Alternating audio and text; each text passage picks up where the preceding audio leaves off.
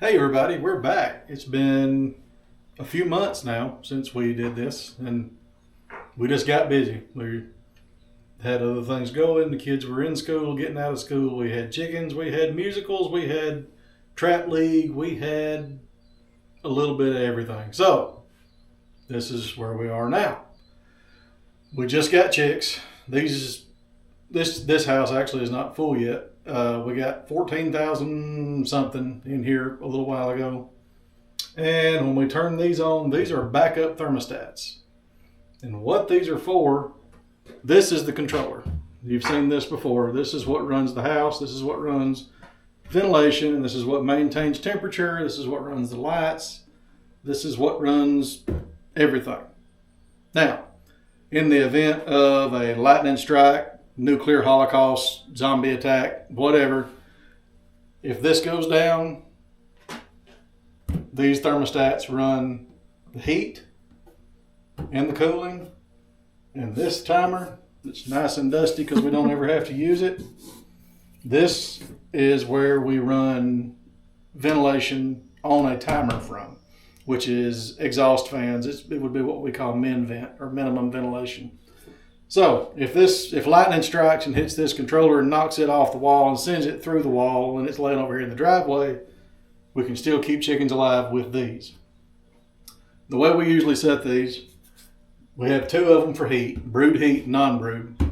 Brood heat is in the brood area from the curtain halfway to the front area, curtain halfway to the back. It's between the curtains. That's the brood area. That's Unless what the you brood whole house thermostat brood. is for. Unless you whole house brood, correct. Non-brood heat is on the ends past the curtain. This is non-brood heat. These are backups. These are set so that if we get below the set temperature in here, these come on and turn the heat on. They take the place of this. These turn the heat on.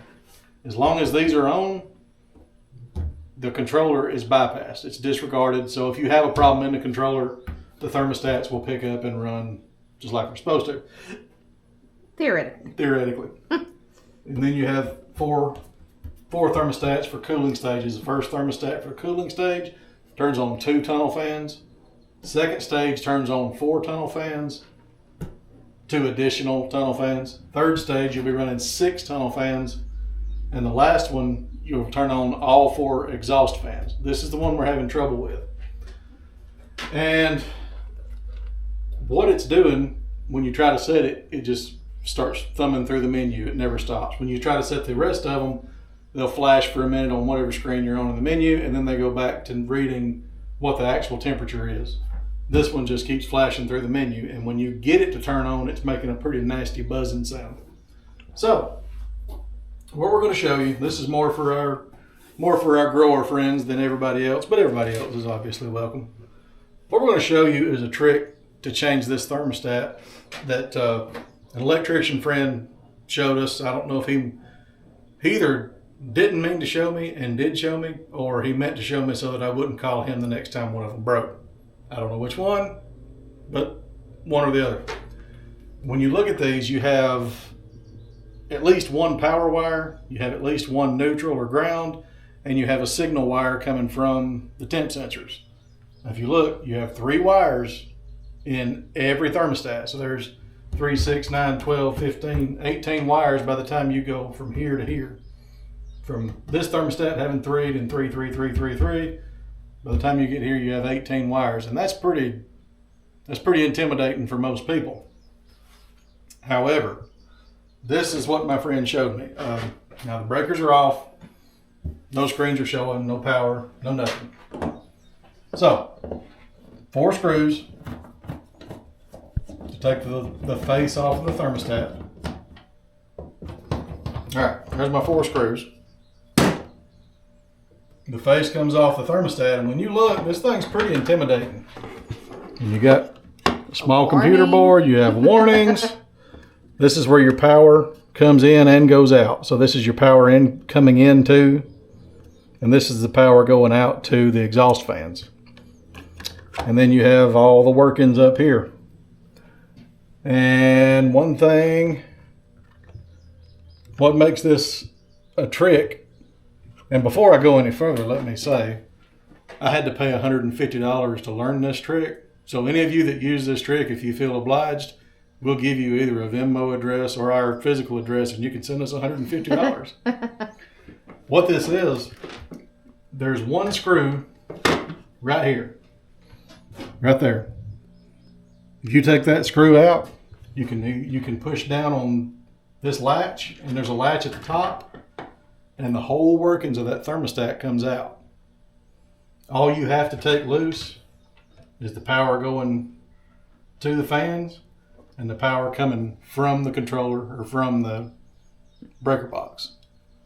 You don't have to unwire. If you're over here, you don't have to unwire 6 thermostats to be able to swap a thermostat. You just take the innards out, take the new thermostat, do the same thing, put it all here, and there you go. So, I have to take my glasses off to see this sometimes. What we're going to do is get a different screwdriver. Now we've done that. Task 1 is complete. So first we're going to unwire the thermostat. These two, this black and white wire, this is power and neutral, coming from, should be coming from the breaker box. So we pull those out. And on this side, you have a power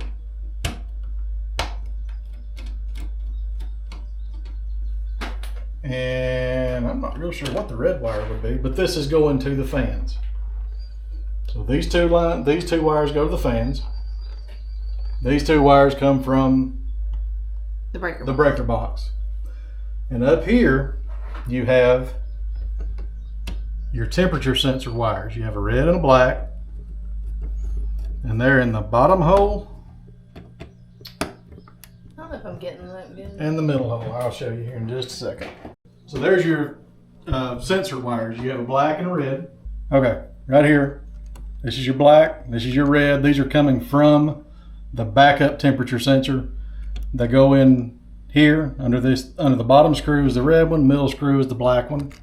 So when we pull those out, we're going to keep that in mind. Red bottom, black in the middle. And now all we have to do is take out this screw.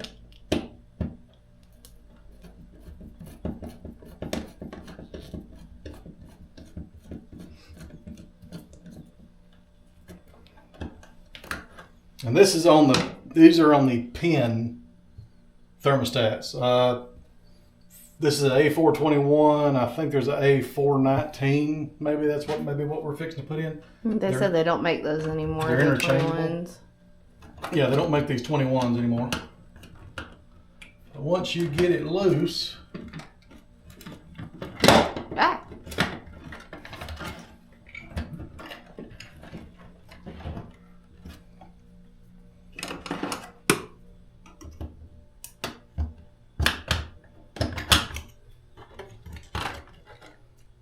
right there is all of the workings of the thermostat.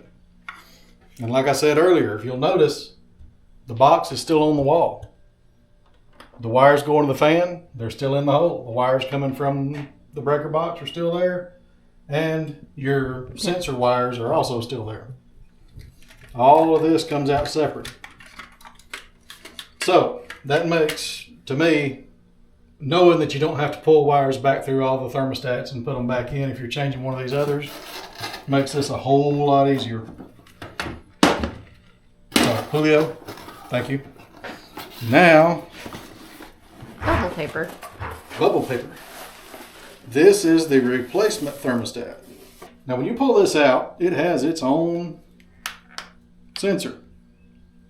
This will not reach the non-brood area of this chicken house because it's about 150 feet that way. However, it kind of looks like we could take it out and use it. We probably could. That's a different video. Yeah. But we're going to do this the same way. We're going to take the face off the thermostat. Now, same thing. we have one screw right here. I'm going to take it out. And that's the only screw that holds this whole board in. Right there. Now we have the two clips that are holding the rest of the board in. See here, there's a lock on the bottom. I'm pushing down on it with my finger. Actually, I'm going to push down with my thumb and pull it out with my other thumb. And once you clear that lock, it slides right out. Ta-da. Now we're going to take this sensor wire loose and we're going to leave it in the box. Because we already have the sensor wires up there. We don't need this one. Those are well, we have sensors like that in the houses to read the temperature. Yeah, it's just a longer version of that sensor. Yeah. So here is my new thermostat. This is the new workings of the new thermostat. Here's the workings of the old thermostat. They come out, look about the same. So basically, from here on, it's just everything I just did in reverse. First thing, we're going to snap this in. Snap the new. There we go. Now we're all the way in.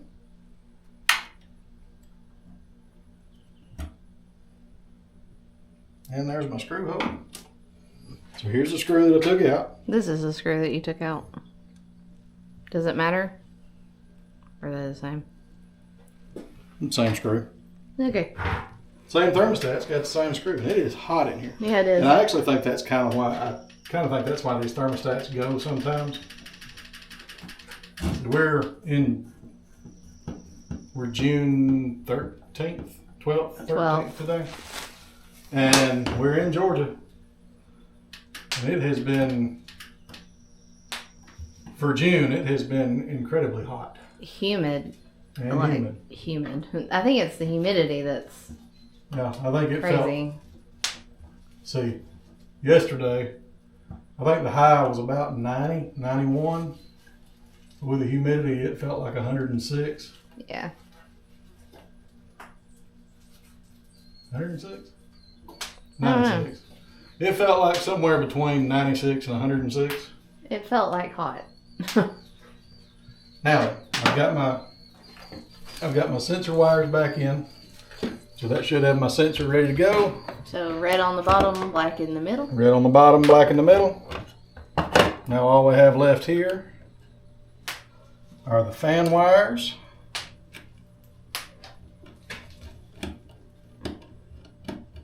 And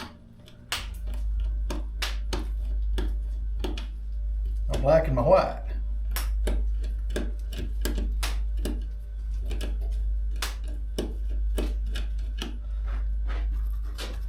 I will suggest that you take a picture of these wires before you take them out, because we're going to stop this video and back it up and look at it again to make sure where they go.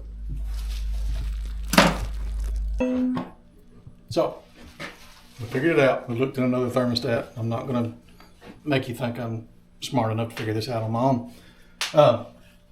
If you look here, you have input and output. Here on the input side, you'll have line neutral, 120 volts, 240 volts. This is our neutral, the white is. Black is our 120, so that's what's going to power the thermostat. On the other side, output, you have line closed, line normal open, line normal closed. What this means, line closed means this should be, or load closed or line closed, one or the other.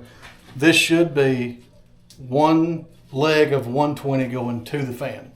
Fans are 240. So line normal open means you have one leg going to the fan, but you also have one line that's open, meaning there's not another leg of 120 going to the fan, so there's not 240 volts at the fan, so it doesn't run. When the thermostat comes on, it closes the open line and completes that circuit. So now you have two legs of 120 or 110 at the fan, and now you have enough voltage for the fan to run. If you are in 5th grade, you will learn about open and closed circuits, so you could watch this video. There you go. Any 5th grade teachers, you can show this one. Real world application. And you can tell them to go to college so you don't end up looking like this. Now, when you reach the point where the thermostat turns itself on, or the set point for the thermostat to begin working, it closes this second line. Like I was saying a minute ago, sends the second leg of the 110 to the fans. They come on. When you reach the point that the thermostat should shut off, the thermostat shuts off. This line becomes open again, which breaks one leg of 110, shuts the fan off. So we will go here. That was my line closed. My red is. The little flap is in the way. Yeah, aggravating little turd. And here's my line going to my fan. This is my second line. Yeah. Just hold it up there and I'll look through the viewfinder on the camera. I've got it in. Tighten my screw back up. Pulling these wires. They don't pull out. We're good. Okay, my white is coming from my breaker box. This is my neutral line. Put a little twist on it so it holds together better. My neutral is installed.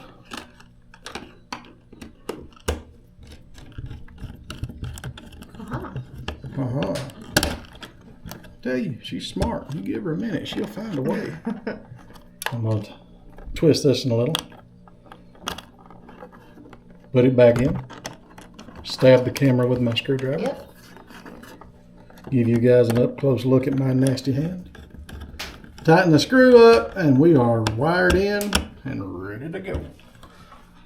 Our temperature sensor is still wired in, so now we just have to put the face back on and turn it on, and Hope that it'll work or it won't. So now we'll put the face back on. Oh, wait a minute, wait. One thing I wanted to show you guys, and I think this is specific to this A421 thermostat. I'm not sure that it's not. I think it is. Not sure either way. I learned this the hard way. I put one of these in our well house one time on an outlet that had an electric heater. So in the wintertime, you can set the thermostat to say 35 degrees. And when it hits 35, thermostat comes on, powers the outlet, then powers the heater. Heater comes on, warms up to 40, shuts off.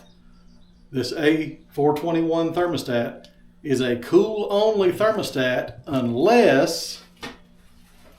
Let me show you on the one that I took out. That way I can lose it and it'll be okay.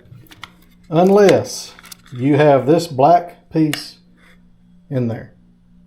You see there's two prongs here, right at my finger. I don't know if you can see them or not, but they're right there. This black piece is a bridge, basically. It's a jumper.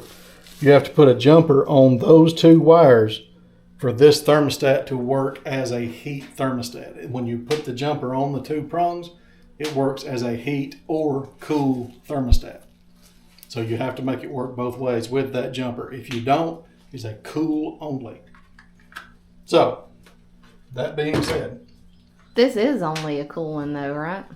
It is, but you can use it both ways. Yeah, okay. This one just runs fans. I think those jumpers come in them anyway, and if you want it to be a heat-only thermostat, you take the jumper out. So that would be like if we were in the non-brood heat or brood heat thermostat. Exactly. We've had a little experience with these,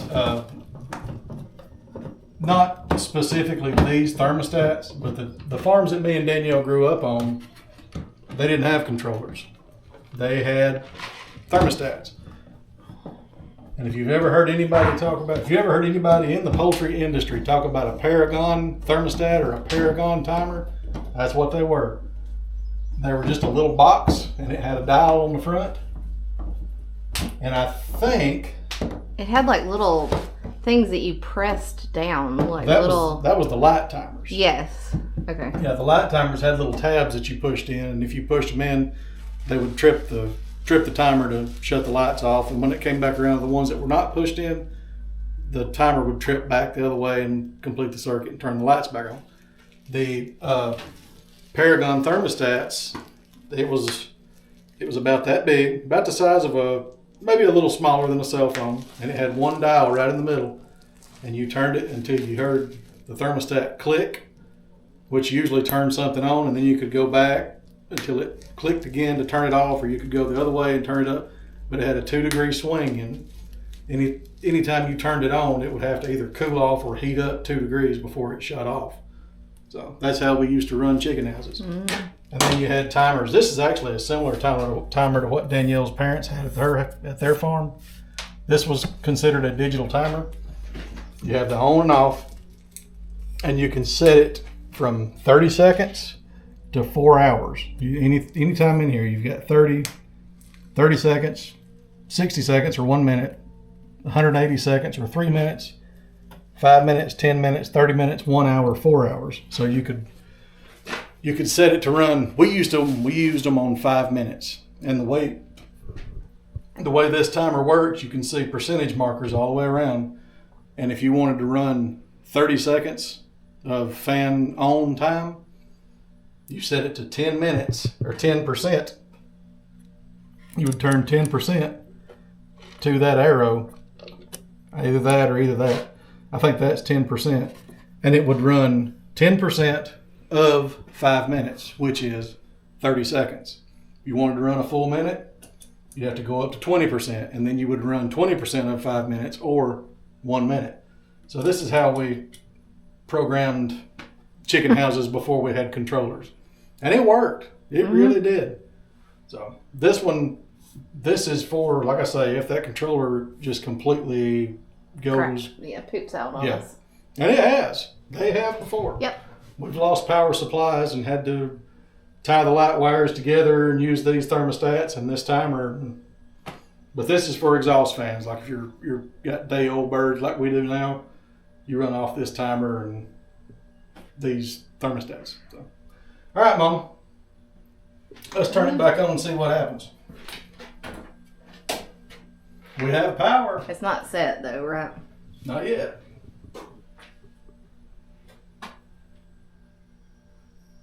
So we're flashing. That's good. That's 102 and 106, is that it? Was that off? Yeah, that was off. Okay, our off is 100. Why did I think it was 102? Off is 100, on is 106. We set these, the way I like to set them is we set them at the alarm point. So if it gets to 84 degrees, that's where our alarm in this controller is set. So I want the thermostat, I want the heat to come on when the alarm goes off. That way, if there's a problem bad enough to set the alarm off, we're getting heat and it calls at the same time and says low temperature or whatever. The cooling thermostats, we do the exact same way. We go the other way. This one is set to come on. This is our first cooling stage. It's set to come on at 100. That's where our alarm goes off on day one. Chicks can handle 100 degrees, no problem. So when this comes on, if it gets hot enough to turn this thermostat on, it's hard enough to set off the alarm and call to tell us you have a high temperature in house number 6 at sensor 5 or whatever. Yeah. And it will call us. This way, we know we have a problem because the alarm is going off, but we also know we have fans running. So the problem is being solved. The problem is being dealt with until you can get there to fix the problem. Yeah. And we are not one of those that live we don't live 20 minutes away. No, we live on here. The property. Yeah. But we set this one where the alarm goes off, and then we set each one 2 degrees higher. So if we're going to the grocery store or whatever and the alarm does go off, if this one comes on and it's not enough, when it goes up 2 more degrees, you'll turn on 2 more tunnel fans. Or if this one, something happens to this thermostat and it gets hot, it's only going to get 2 degrees hotter before you turn on 4 tunnel fans instead of 2. So, and the older the chickens get, the less they like the heat. Yeah, they cannot handle heat when they get older. But right now, these are not even a day old yet. We'll get in there. We're getting some more. We're getting the rest of this house tomorrow. We'll show you some differences between 0 and 1 day old chickens. Yeah. We also had to use paper under the water lines this time. It's our first time using it, so we'll see how that's progressing. Let's see. Let's turn this thing on and see if it works. See if it works. I'm gonna turn it down low enough that the fan will come on for in there. When we come on, when this thermostat comes on, you'll hear a relay and hear buzz. And fans are running. That fan's running. And the front fan's running. So it's doing exactly what it's supposed to do, and I'm gonna turn it off before we pull the petition over again. Or the water line paper. There we go. So, we have a thermostat now that works. We have proven that our thermostat works. We can lay our heads down and sleep like babies.